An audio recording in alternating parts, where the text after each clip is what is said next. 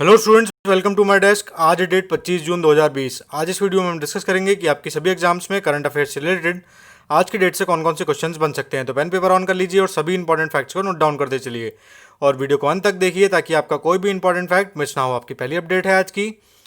AIIMS Rishikesh और IIT Roorkee द्वारा बनाए गए वेंटिलेटर का नाम क्या है? जीवन रक्षा, एयर लाइफ, वेंटीडॉट या प्राणवायु। आपका राइट ऑप्शन है इसमें प्राण वायु। देखिए, हाल ही में ऋषिकेश, एम्स और आईआईटी रुड़की के संयुक्त प्रयासों से तैयार कम लागत वाला स्पेशल पोर्टेबल वेंटिलेटर सिस्टम है ये प्राणवायु।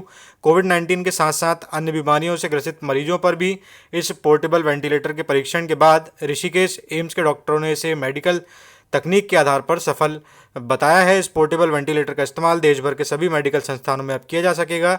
इसकी अनुमानित लागत लगभग 25,000 रुपये के आसपास बताई गई है। इतना आपको उस क्वेश्चन में से याद रखना है। नेक्स्ट अपडेट है आज की आपकी।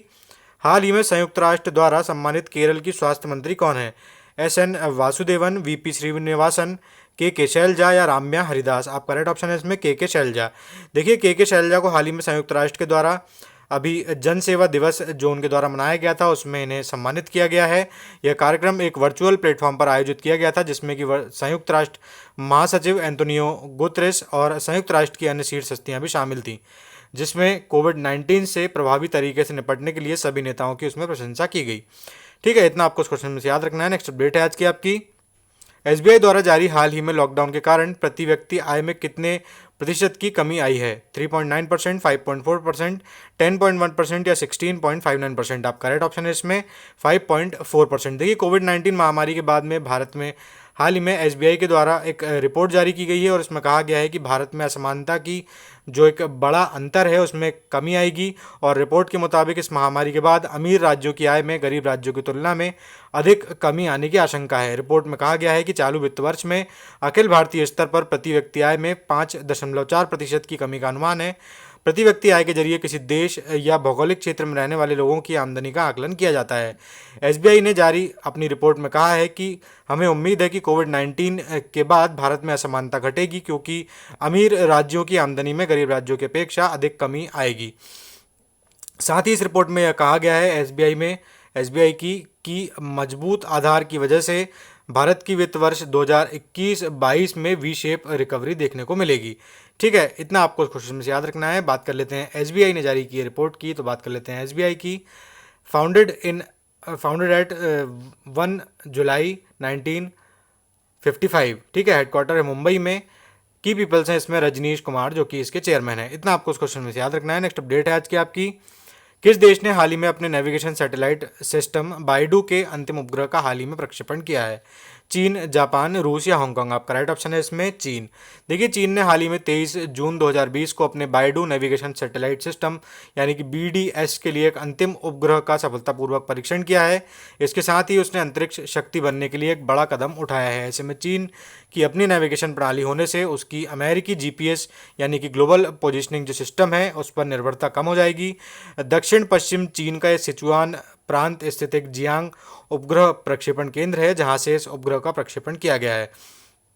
दरअसल चीन ने 1990 के दशक की शुरुआत में ही कारों, मछली पकड़ने की नौकाओं और सैन्य टैंकरों को अपने देश के अपने उपग्रहों के डेटा का उपयोग करके नेविगेट करने में मदद हेतु वैश्विक नेविगेशन प्रणाली बनाने का काम शुरू किया था। अब इस सेवा का उपयोग लाखों मोबाइल फ़ोन पर नज़दीकी रेस्टोरेंट, पेट्रोल स्टेशन या सिनेमाघरों की तलाश इत्यादि करने से लेकर टैक्सियों और मानव रहित ड्रोन उड़ाने के लिए भी किया जाएगा। ठीक है, बात कर लेते हैं चीनी भाषा में बाइडू का मतलब होता है सप्तऋषि और यह उपग्रह बाइडू परिवार का 55वां और अंतिम उपग्रह था। बाइडू को लॉन्च करने का उद्देश्य है अमेरिका के ग्लोबल पोजिशनिंग सिस्टम, रूस के ग्लोनास और यूरोपीय संघ के गैलीलियो को टक्कर देना। ठीक है, भारत ने भी अपना इंडियन रीजनल नेविगेशन सिस्टम के नाम से अपना नेविगेशन सिस्टम तैयार कर रहा है भारत भी। ठीक है, इतना आपको उस क्वेश्चन से याद रखना है। नेक्स्ट अपडेट है आज की आपकी। किस राज्य ने हाल ही में इंदिरा रसोई योजना शुरू की है? पंजाब, छत्तीसगढ़, राजस्थान या महाराष्ट्र। आपका राइट ऑप्शन है इसमें राजस्थान। देखिए, राजस्थान सरकार के द्वारा हाल ही में 22 जून 2020 को तमिलनाडु की अम्मा रसोई योजना की तर्ज पर एक इंदिरा रसोई योजना तैयार की गई है यहाँ पर। और उसे लॉन्च किया गया है। अशोक गहलोत जो मुख्यमंत्री हैं वहाँ के, उन्होंने कहा है कि वैश्विक महामारी कोरोना वायरस के मद्देनज़र हुए लॉकडाउन और उसके बाद बेरोजगारी और भुखमरी की समस्या से निपटने हेतु इसकी शुरुआत की गई है। राज्य सरकार इस पर प्रतिवर्ष लगभग 100 करोड़ रुपए खर्च करेगी। ठीक है, बात कर लेते हैं राजस्थान की। राजस्थान की राजधानी है जयपुर, सीएम है अशोक गहलोत, राज्यपाल हैं कलराज मिश्र। इतना आपको उस क्वेश्चन में से याद रखना है। नेक्स्ट अपडेट है आज की आपकी, किस राज्य ने हाल ही में छात्रों के लिए प्रज्ञान भारती योजना शुरू की है? पश्चिम बंगाल, अरुणाचल प्रदेश, मिजोरम या असम? आपका राइट ऑप्शन है इसमें असम। देखिए, असम सरकार ने छात्रों के लिए एक नई प्रज्ञान भारती योजना शुरू की है। वित्त मंत्री जो हेमंत बिस्वा शर्मा हैं, उनके द्वारा वित्त वर्ष 2020-21 के लिए असम राज्य के बजट में जो 18 प्रमुख कार्यक्रमों की घोषणा की गई थी, उसमें से यह एक मुख्य कार्यक्रम था। इस योजना में सरकारी स्कूलों में प्रवेश शुल्क माफ़ी, मुफ्त पाठ्य पुस्तकें, वर्दी इत्यादि सरकार प्रदान करेगी। इसके साथ ही अंडर ग्रेजुएट यानी कि यूजी के छात्र और पोस्ट ग्रेजुएट छात्रों को भी पाठ्य पुस्तक की सहायता सरकार के द्वारा की जाएगी। इसके अलावा सरकार mess dues, one time education loan subsidy इत्यादि भी इस योजना के माध्यम से प्रदान करेगी। बात कर लेते हैं असम की, तो राजधानी है दिसपुर, सीएम है सर्बानंद सोनोवाल, राज्यपाल हैं जगदीश मुखी। इतना आपको इस क्वेश्चन में से याद रखना है। नेक्स्ट अपडेट है आज की आपकी, हाल ही में शुरू की गई पहल युक्ति 2.0 का संबंध किस मंत्रालय से है? वित्त मंत्रालय, मानव संसाधन एवं विकास मंत्रालय, सड़क एवं राजमार्ग मंत्रालय या कृषि मंत्रालय? आपका राइट ऑप्शन है इसमें मानव संसाधन एवं विकास मंत्रालय। देखिए, इस मंत्रालय के द्वारा हाल ही में देश के उच्च शिक्षा संस्थानों में कोविड-19 के कारण उत्पन्न हुई समस्याओं से निदान पाने के लिए उठाए गए कदमों को साझा करने हेतु यह युक्ति पोर्टल जो है उसका 2.0 वर्जन लॉन्च किया गया है। मंत्री ने 11 अप्रैल 2020 को युक्ति यानी कि young India competent with Covid with knowledge technology and innovation web portal भी लॉन्च किया था। ठीक है, मानव संसाधन विकास मंत्रालय ने कोरोना वायरस को देखते हुए यह पोर्टल तैयार किया था और इस पोर्टल के माध्यम से यह सुनिश्चित करने का प्रयास किया गया है कि उच्च शिक्षण संस्थानों में छात्रों, शिक्षकों और शोधकर्ताओं को अपनी प्रौद्योगिकियों और नवाचारों को बढ़ाने के लिए आवश्यकताओं को पूरा करने के लिए उचित समर्थन मिल सके। ठीक है, इतना आपको सोचने में से याद रखना है। नेक्स्ट अपडेट है आज की आपकी, जर्मन बुक ट्रेड 2020 का शांति पुरस्कार निम्न में से किस भारतीय को मिला? अमर्त्य सेन, अनुपम खेर, अरुंधति रॉय या वीएस नायपॉल? आपका राइट ऑप्शन है इसमें अमर्त्य सेन। ठीक है, अमर्त्य सेन एक अर्थशास्त्री हैं, प्रोफेसर हैं और नोबेल प्राइज विजेता भी हैं। उन्हें वैश्विक न्याय, शिक्षा और स्वास्थ्य सेवा में सामाजिक असमानता के मुद्दों को संबोधित करने के लिए जर्मन ट्रेड बुक 2020 का शांति पुरस्कार से सम्मानित किया गया है और यह पुरस्कार 1950 यानी कि 1950 से हर साल दिया जाता है। इसमें 25,000 यूरो और 28,000 डॉलर नगद इसमें पुरस्कार दिया जाता है। इस पुरस्कार का उद्देश्य उन व्यक्तियों को सम्मानित करना है जिन्होंने साहित्य, विज्ञान और कला के क्षेत्र में अपनी गतिविधियों के माध्यम से शांति के विचार को साकार करने में उत्कृष्ट योगदान दिया है। ठीक है, इतना आपको उस क्वेश्चन में से याद रखना है। नेक्स्ट अपडेट है आज की आपकी, नीति आयोग के उपाध्यक्ष ने कब तक भारत को निम्न आय वर्ग से मध्यम आय वर्ग वाले देश में बदल जाने की उम्मीद की है? 2025, 2028, 2030 या 2035? आपका राइट ऑप्शन है इसमें 2030। देखिए, नीति आयोग के वाइस चेयरमैन हैं राजीव कुमार। इन्होंने हाल ही में कहा है कि भारत 2030 तक निम्न मध्यम आय वर्ग से मध्यम आय वर्ग वाले देश में बदल जाएगा। चालू वित्त वर्ष 2020 के लिए 2018 में कम आय वाली अर्थव्यवस्थाओं को जीएनआई प्रति व्यक्ति के रूप में परिभाषित किया गया है, जिनकी गणना विश्व बैंक एटलस पद्धति का उपयोग करके $1025 या उससे कम है। निम्न मध्यम आय वाली व्यवस्थाएं $1026 और $3,995 के बीच। उच्च मध्यम आय वाली इकोनॉमीज जो हैं वो $3,996 से लेकर $12,375 के बीच में प्रति व्यक्ति आए और उच्च आय वाली इकोनॉमीज में $12,376 या उससे अधिक की जीएनआई प्रति व्यक्ति के साथ में है।